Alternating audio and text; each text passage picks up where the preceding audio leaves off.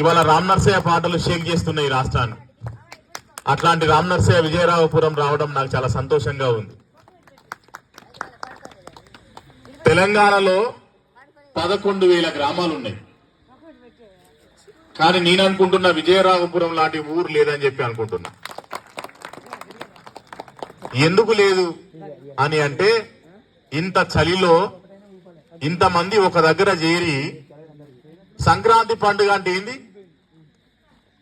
సకినాలు, అప్పాలు, కోన్ని కోసుకోండు, యాటను కోసుకోండు, మనమైతే గొడ్డుకూర కోసుకొని తినుడు. అంతేనానే? మా కత్తి వెంకటన్న నన్ను ఈ ఊరికి 2016లో తీసుకొచ్చిండు. అట్లా నేను ఈ ఊరికి రెండోసారి వచ్చిన. అంబేద్కర్ విగ్రహం దగ్గరికి తీసుకొచ్చి మా భరత్ భూషణ్ సార్ని, మల్లయ్య భట్ సార్ని తీసుకొచ్చి చాలా పెద్ద ఎత్తున సన్మానం చేయించండు. ఆ రోజు కూడా ఇట్లాగే మాట్లాడినాం, కానీ అది మిట్ట మధ్యాహ్నమో సాయంత్రమో జరిగింది సభ. సరే, ఈ సభకి సభాధ్యక్షత వహిస్తున్న నా మిత్రుడు వీరన్న. అయితే చాలా మంది కత్తి వాళ్ళు ఉన్నారు ఈడ. విజయరాఘపురంలో అన్ని కత్తులే ఉన్నాయి. వాళ్ళే వద్దంటారు, వీళ్ళకి మోమాట కూడా ఎక్కువనే.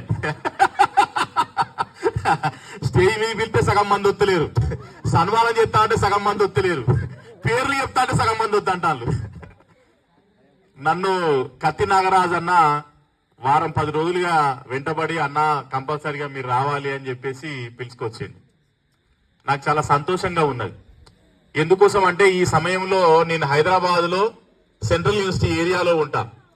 ఆ ఏరియాలో తిని పండుకుంటాం. సంక్రాంతి పండుగ అంటే పెద్దగా ఏముండదు. కానీ నాకు ఇవాళ సంక్రాంతి పండుగ ఎక్కడ అనిపించింది అంటే, మా ప్రొఫెసర్ రమేష్ అన్న వాళ్ళ ఇంట్లో అనిపించింది. నన్ను రేపాలే ఊరికి తీసుకెళ్లి వేడివేడిగా అన్నం వండి, వేడివేడిగా కోడికూర తెచ్చి, అన్న పండుగ చేసుకోవాలి మనము అని చెప్పి వాళ్ళ నాయన గురించి, అమ్మ గురించి అన్ని కష్టాలు చెప్తుంటే నాకు చాలా గొప్పగా అనిపించింది. అంటే ఇప్పటిదాకా మనోళ్ళు చెప్పారు మీకు